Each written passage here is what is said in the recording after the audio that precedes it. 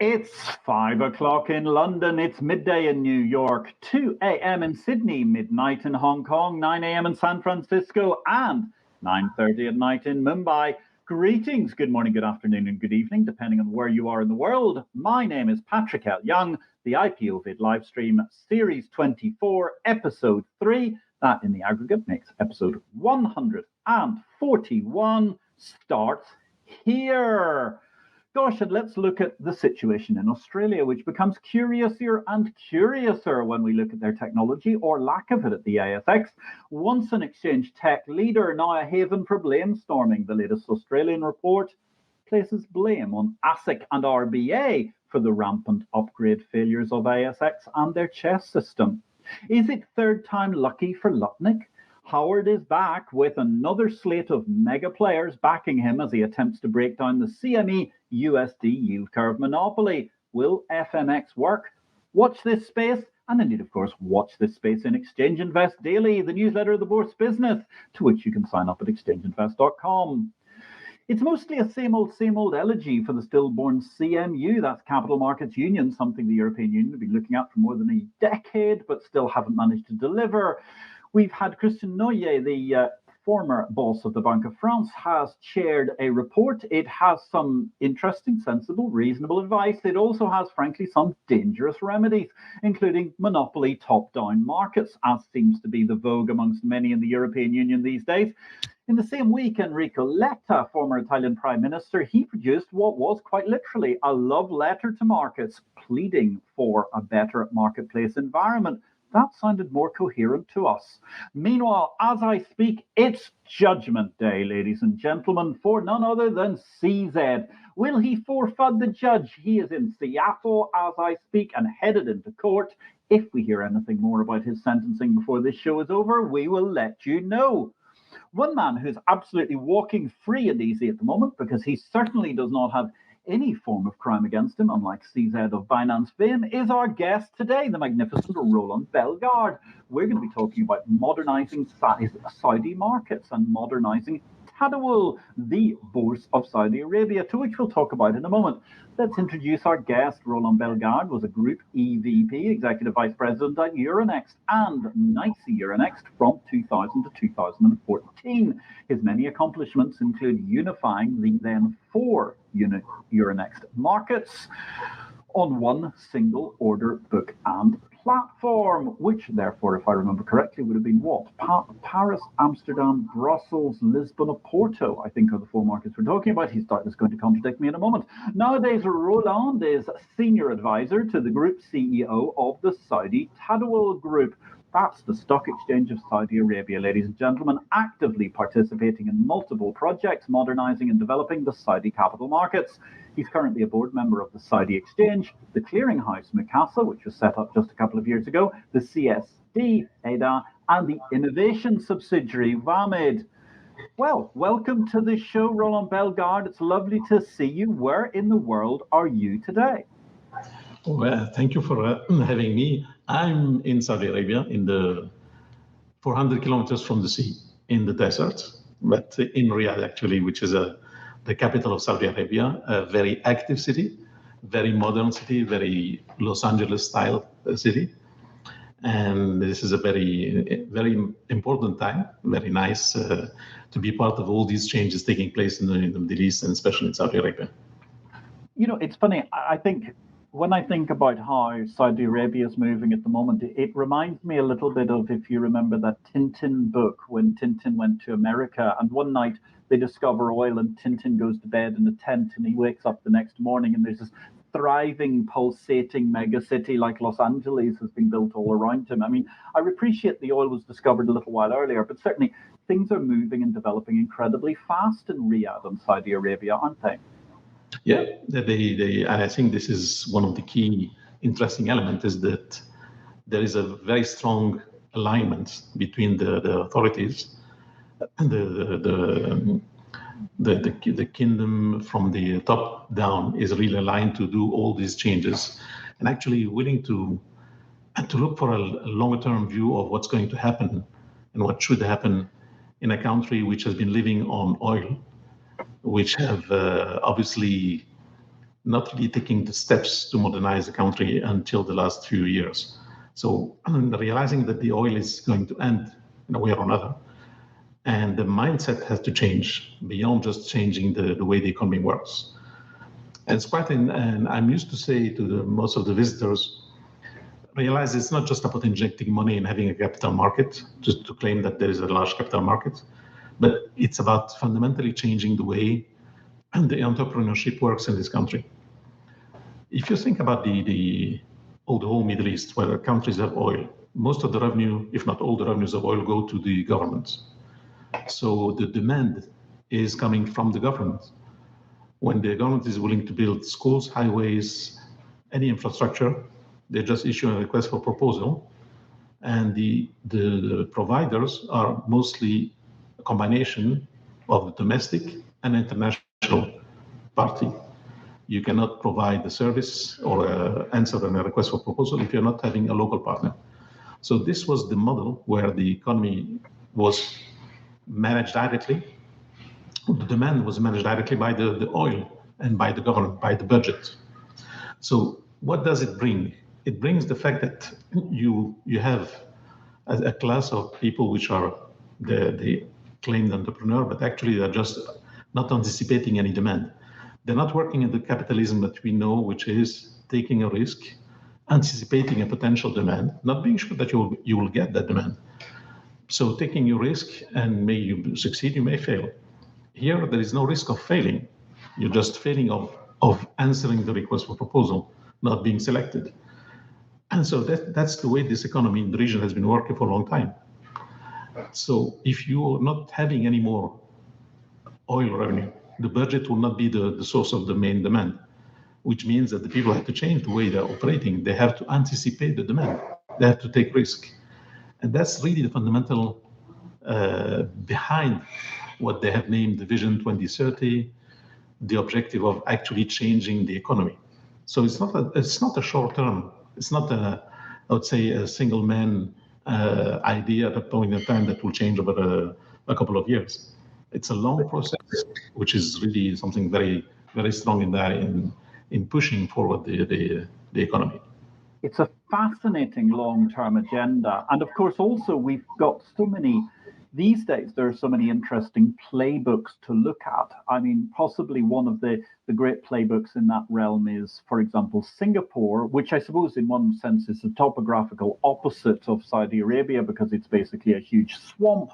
And at the same time, it's very small, whereas Saudi Arabia is quite a large geography. It just happens to be very heavily in desert. But if you look at the ways that those sorts of long-term organizations and the way that the Singaporeans molded a capitalism that suited their state, it's quite fascinating. And I think one of the things, though, strikes me is in conversation, you know, a lot of people complain about, for example, sexism in our business, in the exchange industry. And they say, oh, well, you know, there's so few women chairmen of exchanges and things like this. And I had a great conversation just the other month because I mentioned Saudi Tadawul and they said, don't be ridiculous. I've just Googled it. Of course, Saudi Tadawul doesn't have a female chairman. And I was able to say, no, because actually you missed the lady's term because she stood down a few months back. And I think that's the sort of thing that people don't readily realize is that the Saudi economy is encompassing all citizens and all people, which is a very, very significant leap forward compared to what are actually, let's face it, more like the stereotypes we get from Hergé's books written about Tintin in the Middle East 70, 80, 100 years ago. Exactly, and I think it's amazing because you realize that when you're coming from a Western culture like me, looking at what's going on here, you realize how much we have been modeled and molded on the history of Europe. Yeah. So, for example, we Europeans hate because of the history of fingerprints. They hate to be classified. They hate to be tracked in a way. That's the word they would use. Here, in the region, people are more than happy to provide all kinds of fingerprints and make sure that you know where they are, what they're doing. And that's a completely different perception. Similarly, we have labor laws which are very complex in Europe. I guess it comes from the 19th century, where people working in mines were exploited. if you look at the labor laws here, they are protective, but they don't have that complexity we built over time in Europe, because they never worked in mines. They never had this situation where an employer was just over-exploiting the people. So it's amazing how we have these differences that you realize when you come in and you say, why do we behave this way in Europe? Behave this way because we had our own history. And another example, for example, we talk about salary or compensation difference between men and women in Europe as an important problem. But here it's not the case. Here it's the case that they have a very strict way of, determining compensation based on the position, especially on all government or government-related entities. Mm-hmm. And then that's not a single difference between men and women. Right. Quite an amazing thing, because they never had this situation. That's so interesting when you think about it. So interesting altogether. So, this incredible journey that ends in this amazing desert kingdom, in this pulsating city of Riyadh. Now, where does it start? If I remember correctly, you were educated, I think, at the Sorbonne. Certainly, you went to one of the Grandes Écoles in France. I was educated in first, actually, I was born and raised in Egypt, and then went to the university in France, a mixed culture between Egyptian and French. And actually, then I worked in the exchange. Was probably my second job, working in the exchange. At the time, it used to be a floor. Mm-hmm. In 1986, if you remember well, there was the Big Bang in London. Yes. The continent started to also adopt the electronic trading, and that's where I started my career. So I helped at that time moving from pure floor-based trading to computerized trading. That's really something which was quite training for me in understanding all the economics and all the models of what has been the exchanges in Europe. So based on this and all the integration that took place later on with the derivatives exchanges, then we had the euro and the integration between the European exchanges, as you mentioned earlier, the integration of the four exchanges, the French, the Belgium, the Dutch, and the Portuguese on single platforms, which means quite an interesting challenge at that time. I'm still wondering if something like this would ever happen now in Europe, because of all the tensions and willing competition, I would say, between countries and between capital markets, even though they are under one global regulation, which is MiFID, and all one single type of regulatory framework and single currency. So the convergence is coming out of competition in Europe, actually. Yes, that's quite fascinating. Sorry, it's fascinating. You see how Europe got so far, and then at the same time, the sheer breadth and expanse of Europe is now leading to the problems of a capital market union, because there's one at the very top, they have one view, at the very bottom, they have a different view, and in the middle, they have about 10 views of how they want to do things. It's quite incredible.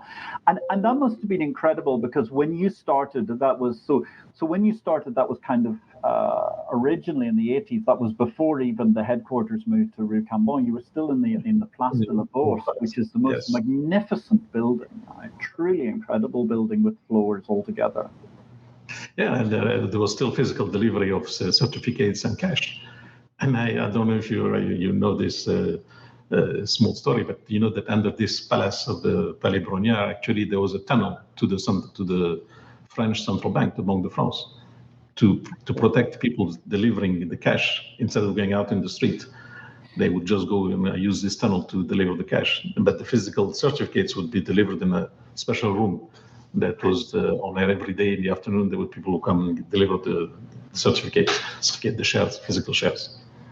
That's quite incredible. It doesn't surprise me, actually, because I remember in the late, when I started, which was 1987, I can remember at that stage still the number of messengers who all got paid nothing and would be handed millions of dollars worth of bearer bonds, and were none the wiser when they were being paid literally pennies per hour pro-rata to the face value of the coupons they were carrying, and their job was exactly that, to carry to the Bank of England or to carry to the stock exchange or somewhere. It's quite incredible. I did not realize that the Palais Brongniart had a direct tunnel to the Banque de France. That is amazing, because it's not a short distance either. Let's face it. I mean, it's not right next door, far from it. No, it's not next door, but it's a kind of like a long. It's one street straightforward, basically. Yes. When you go straight through, it's a good street. I mean, it's a decent distance. It's not just it's not just one of these. It's not like your average underground car park where you go out one side and up the other. But that's incredible story altogether. Yeah. So obviously, I mean, you were there for some very, very revolutionary times in the Paris Stock Exchange. You saw what was going on. You saw the change. There was this whole revolution by the creation of Euronext under the late great Jean-François Théodore, and you worked very, very closely with him for many years. Then it must have been such an interesting period for Euronext's development. It was very interesting, actually, because you could see this intention of the founders of Euronext, which was Olivier Lefebvre, Théodore, and George Muller, to realizing actually that these exchanges were too small to survive independently, even including the French exchange, in front of the competition coming over and in front of this integration coming with a single currency. So they had this vision of trying to integrate those exchanges. But I think this vision was based on collaboration, I would say. The model was not expecting competition. The model was, let's integrate the small exchanges, but we will not have competition on our own securities. It's about integrating infrastructures. I used to have this conversation many times with Jean-François at that time to say, it works well as long as you don't have internal competition. As long as you don't have what happened in 2007, which is the MiFID regulation being implemented. And then suddenly all the exchanges, instead of trying to collaborate and integrate, had to face competition. Yeah. And it's not a bad thing. I'm just saying that it changed the paradigm. Yeah. And then you have to defend your more own market share with a different approach. So instead of, I would say, integrating clearing houses to have one single clearing house across Europe or one clear CSD, etc., we had to have basically then competing, verticalizing the activities to protect your business, actually. So nothing wrong. It's just that you had to change the approach and focus on competition. And I would think, unfortunately, Europe, the regulation in Europe was just MiFID launch competition on the trading, forgetting the post-trade. Yeah. That's why it's a mess. Well, and I think also what happened was, and this actually, I mean, a lot of people are very brutal here, but I actually totally understand the humanity of what went on, which was that if I was the regulator in country A and my stock market became part of Euronext, then suddenly my whole leverage was to become part of, as I always say, the world's most exclusive golf club, which is that group of Euronext regulators who meet every year, who were allegedly ecstatic when the exchange when Euronext bought the Irish Stock Exchange a few years ago, because it quadrupled the number of world-class venues they had to go and play golf on. But it's very difficult because you've got this human natural instinct and also the instinct of the bureaucracy, which is not to give anything up. So therefore, how can you honestly expect, and I'm trying very, very hard not to name any particular nation here, because it's actually all of them in these circumstances. Why would they give up? Because at the first time when they give ground on anything, all they see is their superannuation flying in front of them, their incredible gilded pension, and no one's going to do that. And that's a very, very difficult thing to rationalize. So we end up with all of these sort of not horrible, but kind of ridiculous processes. I mean, ETFs literally having to trade. If you traded the ETF in country A of Euronext, it had to trade on one server. If it traded on country B server, it traded on country B, which is so confusing and just unnecessary in the capitalist logic of it. Let's get that with the market logic. And I think you're totally right in the sense that a lot of the regulators and a lot of the bureaucracy didn't want to look at the things differently. Yeah. And you look at the right points. I remember a conversation I had in Europe at that time to say, okay, we have cross-listed securities between France and Holland. Where if you want, do we have to keep two order books for the same security while we are on the same platform, or shall we combine it? And And the answer of most of the regulators was like, no, if you have listed a security with me, I have to have my own order book. I do not dissociate listing from trading. This is just a narrow view of the things. It had to change with the MiFID. Yeah. It could be a listing entity without trading it, but they resisted the idea of dissociating listing from trading. Yes, and that was the point where, you know, if you were in the drinks business or something, if we look at the success of LVMH, I mean, they were able to go out there and buy all these different perfume brands, and then they kept a French tone to the French perfumes and Italian tone to Italian perfumes, but actually they were genius because they make the bottles locally, they produce the perfume locally, which not a lot of people understand, etc. But the core recipe stays in wherever that would have been in the center of the appropriate city in Milan or Rome or Paris or wherever. And that was something we just couldn't do with the stock exchanges, which obviously made the Euronext experiment very difficult. And then you were there for this incredible transatlantic experiment. So how was that? I mean, NYSE Euronext. So effectively Euronext and NYSE combined, and they had a ultimately not altogether happy marriage, but certainly a very eventful marriage. It was a little bit like one of Elizabeth Taylor's, I think. I think the reason why there was a wave of combination between the US and European markets. I mean, I remember at the same time NASDAQ bought OM, and then they started to have this expansion of US exchanges across the world. And at the same time that we had this combination with NYSE also acquired an exchange in India, portion of the exchange in India. All this, I think, was the real perception that US markets were going to be under pressure.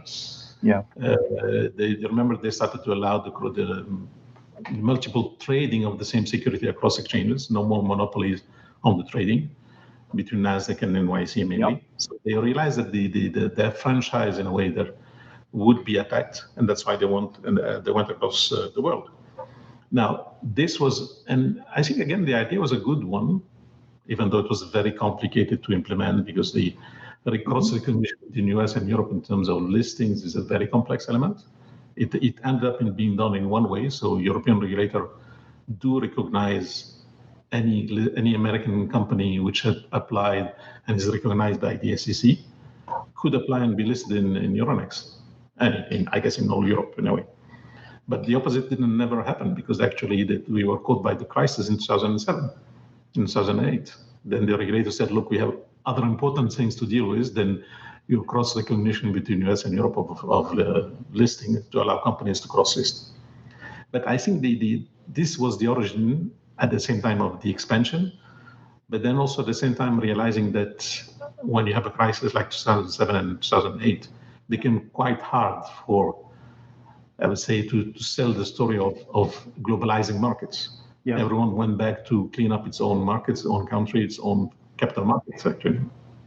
Yeah, and in fact, actually, we had sort of two shocks like that. I mean, also there was the whole aftermath of the dot-com bubble around about 2000, 2001, 2002, which arguably actually worked quite well for Euronext because it allowed yourself, Jean-Francois, to make your very audacious bid for the Life Exchange in London when that fell loose because their private equity backers in Battery were very, very keen to release whatever capital they could possibly get, which obviously became an opportunity.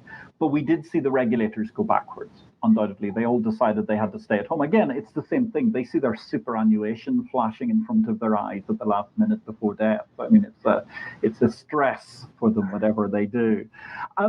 So you know, fascinating tale. So you see Euronext through. NYSE Euronext then goes in a different direction. It's taken over by Intercontinental Exchange. They decide to go back to essentially keeping their European assets, which was Life, tied in with the IPE, but they let Euronext float off into its own world. And at that point in time as well, you departed and you start on this very interesting and exciting new odyssey. So how did you come to reach the pulsating capital of Riyadh, Roland?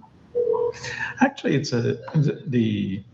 there was a proposal to work on as an advisor to the exchange at the time. Knowing that actually, even though it was the largest exchange in the region, but this was quite a stable environment, no changes, no no willingness actually to open up the market at the time. It was just more like advising on eventually giving the external view on the different products they had. At that time, the exchange had 30 members. They had 180 listed securities, no foreign investors allowed to trade, no data center, no fixed income, no clearinghouse, pre-validation T+0.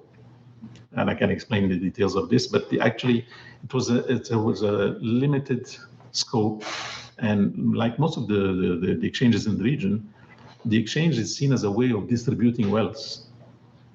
Remember, again, most of the companies, at least the larger ones, have been created with the help of the sovereign fund. It's true in all the region. So the largest companies, the government, when they want to give up part of the wealth back to the local population, what's the best way to do it? Is just to do it through the exchange. You allow only the local investors to apply for an IPO.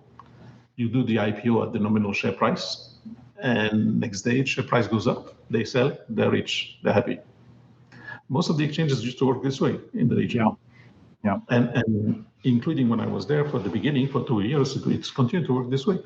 It started to change when they realized that they should open the market for investors. Mm-hmm. And then you say, okay, why should I just give the same distribution of wealth to foreign investors?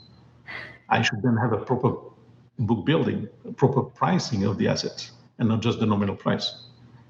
And this took place actually in 2016, 17.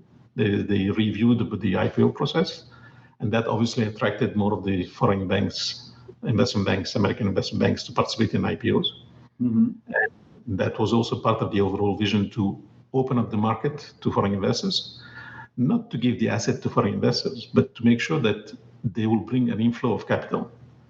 Because they realize that even if they have very wealthy sovereign funds, with all the ambitions behind it, it's better to have also capital joining, which is the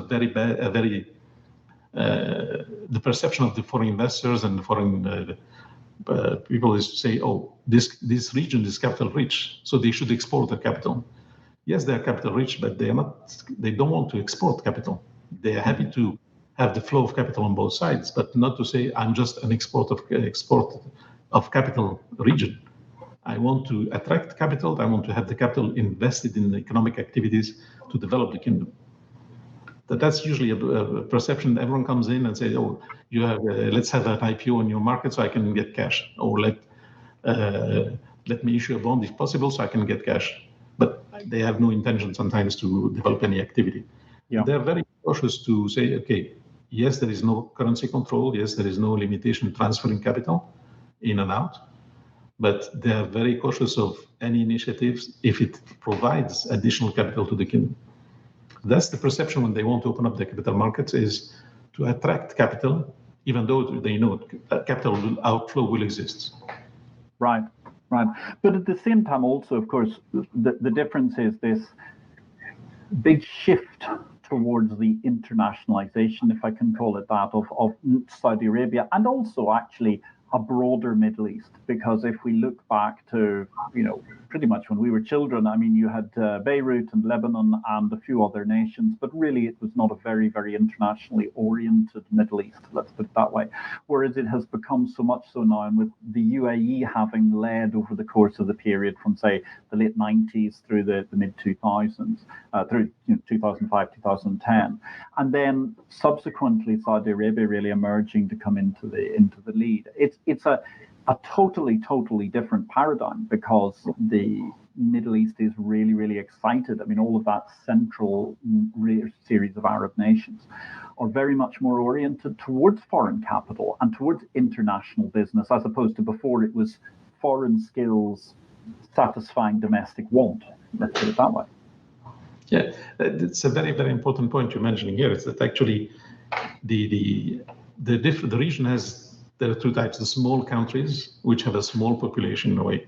Yeah. And so they are capital rich and a small population. So in a way, they can sustain a longer period of time where they satisfy the needs of the local population. and grow slowly. But on the other side, you have a country like Saudi Arabia, 35 million people.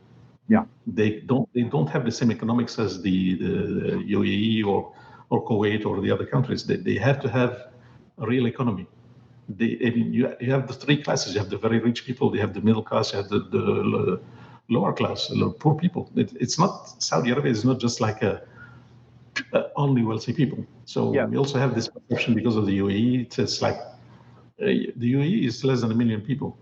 Yeah. Qatar is 300,000 people. So it's a different story when you have 35 million people. You have to give them a job. Yeah. This has been one of the key elements whenever there is any initiative. It's all about, does it create jobs for the Saudi Arabian? Yes. They want to employ as much as possible people to make sure that they have a proper job and they can fulfill their needs in the longer term. Right? Yeah, and that's such a difference. Yeah, I mean, that's such a difference, as you say, particularly to the extreme example of somewhere like Qatar, which is relatively speaking, every person is born with a billion therms of gas in their mouth rather than a silver spoon as such, because of the amount of reserves they have per head of population. So it doesn't drive the same need for the domestic economy.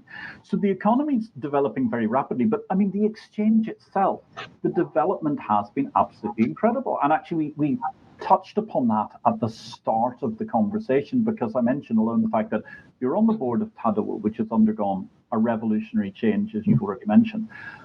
You've touched upon it. I mean, the creation of Edaa, the modern Edaa CSD, is a huge leap forward. And the creation of the Muqassa CCP to really be a state-of-the-art CCP is a very, very exciting project. Mm-hmm. Yeah,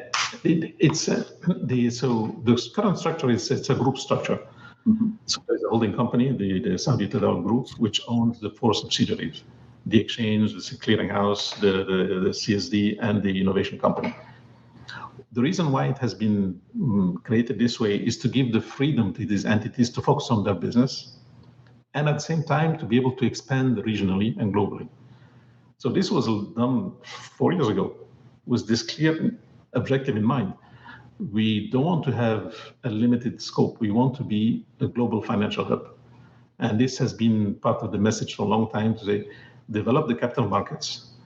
And the sovereign fund many times has insisted to say, we will bring our subsidiaries or the companies we have invested in, we will bring them to the market. The listing is something we will push forward. And they do. But they don't do it because they want to cash in. They just want to encourage people the different sectors to come to the market and also have the market discipline. So they sell a minority, they can sell up to 40%, which they have done for the exchange. The exchange itself has been listed. And the sovereign fund, which was the 100% owner before, sold 30% initially, then added 10% more. But for them, it's quite simple to say, that's not the objective of the exchange to be a listed place. We are bringing the companies. Go and search for more companies from the outside. Develop the capital markets in a different way. Bring new products, bring new members, bring new capital flow. But don't satisfy yourself as an exchange, as a management team, in saying you are happy because you have listed companies. This is much bigger than that.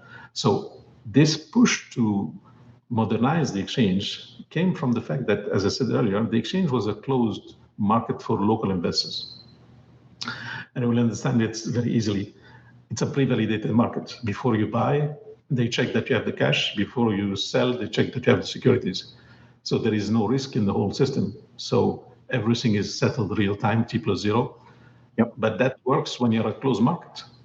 Once you have foreign investors or you want to attract them, let's say you're an American fund, you're in the US, and you want to buy Saudi securities, they would tell you, oh, please transfer the cash before buying. And you say, how much? Oh, we don't know. We don't know at what price is going to be traded. So all this is something that is very sensitive for the international investors. They don't want to put up cash before getting the delivery of the securities. All this basically forced the move from T+0 to T+2. It forced also the creation of a clearinghouse to guarantee the trades in those 2 days.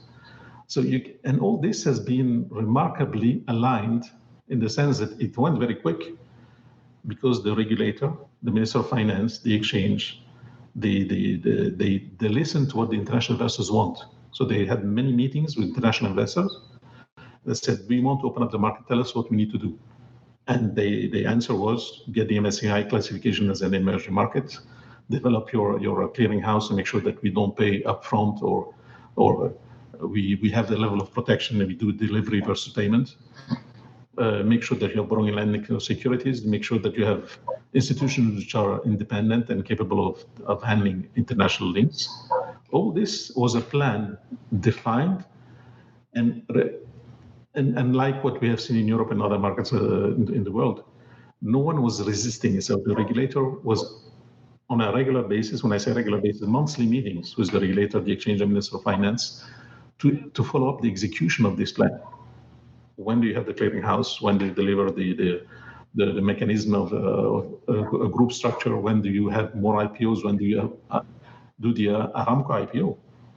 As you may know, the Aramco IPO was many times debated, should it be only in Saudi Arabia or on an international basis? And obviously we demonstrated to the governments, the royal court, we can do it, we can handle it, not just technically, but we claim that international investors will come because we opened the door for them to open accounts and seamlessly trade, which happened actually. That's why it's guided top down, and the objective is defined. The execution is followed by the main infrastructure, regulator, exchange, Minister of Finance, the different ministries, and executed coordinately, which is quite unique actually. When you know that in other capitalistic markets, it's a different story. I mean, people are competing actually. It's the invisible hand that should lead everyone to the right direction. Here, it's not an invisible hand. It's a visible hand. It's a visible hand. And I think actually you raise a great point, because one of the things I've always said, and one of the things I learned in the course of the last 25 years of sort of capital market revolution at all, is really how important government is in the background. And I don't mean because government has to pay you money, subsidize you, whatever, but you need to have a benevolent regulatory system that is actually signed on to markets being a good idea. I mean, for example, we can look at somewhere like SEBI in India, where they have fantastic intentions, but they're still linked to a Nehru-esque 1950s Hindu rate of growth concept, which can be difficult in a modern marketplace, let's put it that way. And there are many other instances, you've touched upon them even in Europe, where self-interest can be a problem. And I think one of the great things that's really been pushed forward very, very well in the Saudi economy is by explaining that each person has their role, but it's symbiotic for everybody to move forward. Whereas one of the challenges in a lot of Western markets is the fact that it seems as if certain parties, particularly regulators, feel as if they're not doing their job unless they're actually sort of throwing large logs on the track to stop the train from moving forward some of the time, rather than actually saying, well, now, how do we build a safer train track that we can all get on and we can all be happy taking a bullet train on or whatever? It's quite fascinating. We've got a fantastic intervention here from Jonathan Cowan. Jonathan Cowan, great to see, great to join today. Always interested. Thank you very much, Jonathan. It's lovely to see you. Now, Jonathan is asking a question. I'm going to come back to it in a minute, but I will mention it now. Hi, Roland. What is your view on current and future market trends focusing on trade and post-trade value chain? I want you to think about that for just a second, because actually I'm going to leap into outer space and give you a moment to rest from you've been talking non-stop for the course of the last, 40 minutes. My goodness, Roland. So let's talk about space, ladies and gentlemen. This very interesting meeting took place again this week in the City of London. They're talking about the future of space markets. I'm particularly interested in the role of space exchanges in terms of what's going on. Now, of course, when we're talking about technology, one of the other things, obviously, has been we've seen this incredible advancement through the 19th to the 21st century.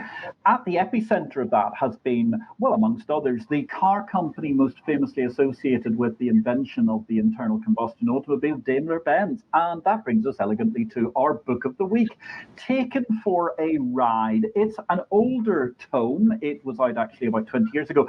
But actually, it's quite ironic today, because I can well remember distributing copies to, amongst others, the chairman of the then Life at the point in time when Life was up for auction. We were discussing the politics of the Deutsche Börse and the politics of Euronext, amongst others. And of course, as we've just been chatting with Roland, it was ultimately Euronext which won the day in the bid for the Life Exchange, which is now, of course, part of the Intercontinental Exchange empire. Take It for a Ride is absolutely sensational. It's a great read. It reads like a novel, but it has huge business lessons throughout. And that's why I thoroughly recommend you pick this up as our book of the week this week. Taken for a Ride, it's the story of the Daimler-Chrysler merger, a merger which ended pretty badly all round. Of course, Chrysler now being part of Stellantis, the Fiat group.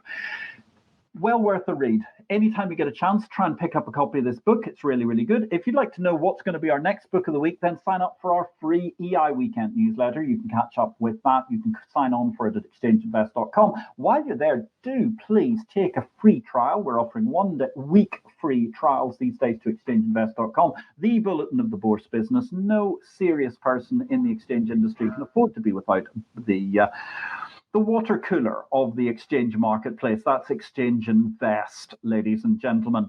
Now, let's go back to our conversation today with Roland. We're talking about modernizing Tadawul, modernizing the Saudi financial markets infrastructure, indeed the modernization of Saudi Arabia as a whole. So we have 2 questions coming up. Let's go first of all back to this question from Jonathan. So Jonathan Cowan was asking us, and I have just had, there we go, there's a question on screen. Hi, Roland, what is your view on current and future market trends, focusing on trade and post-trade value chain? Okay. So the current situation is the following. So the market has around 300 instruments traded, to around 250 equities. Then you have ETFs, and you have real estate REITs, etc. Now, the objective of when I say the objective, it's not just the exchange independently. The objective of the regulator, the objective of the Minister of Finance, the objective of the higher authority of the Royal Court is to diversify the market in terms of assets available for investors to trade. Now, this is a big statement, but actually it's translated in the following way. We are trying to attract more companies, not just domestically. Most of the subsidiaries of the sovereign fund will be listed, but equally we are developing a junior market, and we have developed it already to attract private companies, junior companies, and they are coming in with the objective actually quite unique to move then to the main market. But actually also cross listings is an important element. But the regulators and the authorities are very cautious about this. Remember, we are not Europe. There are many countries, independent regulators, independent exchanges. There is not a single currency in the region, but there are still, all the currencies are pegged to the dollar, and they're very stable to each other. But there's no cross-listing, no cross-membership at this stage. It's very the beginning. In terms of trends on the trading side, it's clear that the objective for us is to attract more of the listed companies, which are already listed somewhere else, that would like to enjoy the liquidity and the listing on the Saudi Tadawul market. Now, we are focusing right now on the GCC, on the region. Why? Because the regulators, the framework of the markets is the same, more or less the same. The regulator have a common structure where they exchange views and discuss, but not a common regulation. So the trend, in my view, would be that these will have more and more cross listings, and down the road, we will probably going to start allow companies not based in Saudi Arabia to list in Saudi Arabia and not listed elsewhere. We have many demand for companies willing to list here instead of their home market. But actually, as you know, this is a very complex matter, especially if you don't have another regulator on whom you can rely to enforce your regulation. So 2 steps mostly on the listing side: cross-listing of companies listed elsewhere already, and down the road listing of companies which are not listed in the home market. New asset classes to be created, but asset classes that provide value for investors, not, I would say, quote unquote, speculation. So, for example, when we have created derivatives, we have created index futures, we have created single stock options. Now, the objective is has been facilitating hedging. When you look at the asset management industry in Saudi Arabia, it's a nascent one. They're not used to hedge. When I say the asset management industry, the one which is guided and towards the local investors. I'm not talking about the sovereign fund investing in Europe or the US. They use then completely different techniques and different approaches. But if you look at the Saudi capital market, the level of sophistication is still at the very initial level. So we develop derivatives, but the usage of derivatives will take time for them to be able to understand why hedging, why providing alternative trading strategies, and how to differentiate between themselves in terms of asset managers. On the other side, we have a market which is 80% retail. 80% volume traded are coming out from retail, which creates a huge amount of liquidity in the markets. And at the same time, it's a very active market and very interesting market for high frequency traders. This actually forced us in a way to move on and allow this type of trading to take place. Especially now that we have a clearing house, it's obvious that they can net the trades and have much more efficiency than settling every single trade individually. We have created a co-location space, and they're fully booked already by most of the participants and still need expansion. Because of 80% volume being traded by retail is a very interesting component. So now if you look at the post-trade side, we have a clearinghouse and we have the CSD. If you have the strategic ambition to develop as a regional hub, you have to connect to other trading centers. When I say connect to other trading centers, it means connecting, for example, CSD to CSD. Allow the DR banks to operate if you want to have securities of other markets to be traded on this market. All these elements are going to take place. All the facilities that we know around post-trade, borrowing and lending of securities, short selling, these things are developing. The regulation is in place, but the market is not yet used to these techniques. People, they have assets, they don't lend them because they don't know how to lend, they don't know how to operate, they don't know how to find a counterpart. Not all of them. We have international investment banks which are there and they're using their European and American techniques to operate, but the local participants are picking up. And that's a very important point. They don't want to open the door to anyone to open up the market to foreign investment banks and brokers to take advantage of the market without developing the local knowledge and expertise. They open the competition to force the local participants to participate. I'll give an example of the ETFs. We have had ETFs since 2010, 3 ETFs, mostly on all of them on the local securities. The volumes were not active, very, very low volumes. They started to have ETFs on non-domestic assets, ETF on gold, ETFs on American Islamic securities, on indices of MSCI and Islamic American securities. Then the volumes started to pick up. We have seen ETFs on fixed income. Volumes are picking up. And we have seen 1 or 2 brokers starting to develop a team dedicated to create ETFs, which was not the case before. And that's really the push by the regulator, by the exchange, by the Minister of Finance to say, creating some level of competition, but not to the point of destroying the local industry, but to the point of helping the industry to move. And they're very cautious on this approach, actually. Another example, we don't have, I mean, surprisingly, and maybe it's part of the answer to the question, we don't have OTC trading. Right. Every single investor have an account in the CSD. Every change of ownership should take place through either the trading platform or the exchange. And we have negotiated deal, obviously, but still going through the exchange. And then, or alternatives like inheritance or court issue that you can change the ownership. So it's a very transparent market, very transparent, fully centralized, and at the same time, it's something we know that down the road may have to change. But for now, it has helped this capital market to develop. And they have no intention to destroy that. The intention is, okay, let's have more and more volumes, more and more asset classes, more and more diversification. But they're not geared to say, an exchange is here, so it's a monopoly, so we should change it and have competition. They want to develop all the services, make sure the industry is up and running properly before creating competition down the road, I'm sure. That's a fascinating answer. And actually, on a macro point, moving on from this, we've got a very, very interesting question. It's coming from Turkey Alo Taebi. I hope I've pronounced that correctly, Turkey. He's asking, does Tadawul intend to go the route of Euronext and begin unifying the region into one hub?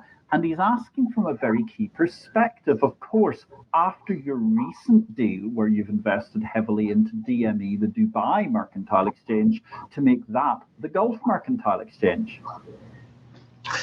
It's an interesting question, but I will refer to the history we know. I think in unifying a market, and especially if you look at the history of Euronext and Europe, remember you have the way Eurex and the German exchange. They're not trying to integrate. They're not trying to collaborate. They're not trying to become a hub. They want to become the hub by just trading the securities of everyone else. That's one approach. Because you're big and you think that you can do. They are trading the derivatives of Europe. They have not tried to collaborate with the rest of the derivatives exchanges. And you have the approach with Euronext, which is aggregating in many ways, like NASDAQ, other exchanges respecting the fact that they have their own securities, their own infrastructure, and trying to shape a collaboration, cooperation approach. I think at this stage in the region, we don't have, as I said earlier, we don't have a single European regulation style. And we don't have, I would say, you have an imbalance, which have the Saudi Tadawul Group represent 80% of the volumes of the region. So it's a substantial, if not the very, very large exchange. Now, the other ones, even if you say try to trade their securities, a lot of difficulties because there is no cross-listing active, there is no cross-links so much. So I would say the intention to become a regional hub, yes. But I would say, are we not already the regional hub? Are we not already the largest exchange in the region? Is it not, I would say, not a low level of ambition to try to be the regional hub? I mean, many conversations I had with some people in the country, in the authorities, who say, but you're already the regional hub. Is this your ambition to be a regional hub? You're already there. Be broader than that. And one of the, I don't know if you read in the press that a few months ago, the Royal Court and the Crown Prince said, I want this exchange to become the number, and capital market to be the number 3 in the world. That should be the ambition, not just the regional hub. And that's why we have this diversification in the Gulf Mercantile Exchange. The Gulf Mercantile Exchange is about commodities. Yeah. The kingdom, everyone sees the region oil is only oil. That's not true. The country has many, many mining opportunities. They have gold. They have a lot of even rare metals. Imagine the water desalination plants are the largest in the world, are here in Saudi Arabia. Mm-hmm. Pricing of water, trading derivatives on commodities, pricing the commodities from the point of production more than the point of consumption. I know it's a big challenge, it's a big point of conversation, discussion, but that should be the ambition. That's probably what's behind these moves. Instead of just trying to say, okay, let's acquire the other exchanges in the region, because again, these are independent countries, like you're acquiring the airlines of another country, it's not easy, and it will not be easy to integrate in a way. So the question is, we are the regional hub. We will expand by connecting. We will expand by listing the assets of the others if they wish to, or if the companies are willing to come. But we are not in a model of trying to collaborate like Euronext, of integrating them, because there is nothing like your MiFID or the single currency which is pushing it to happen.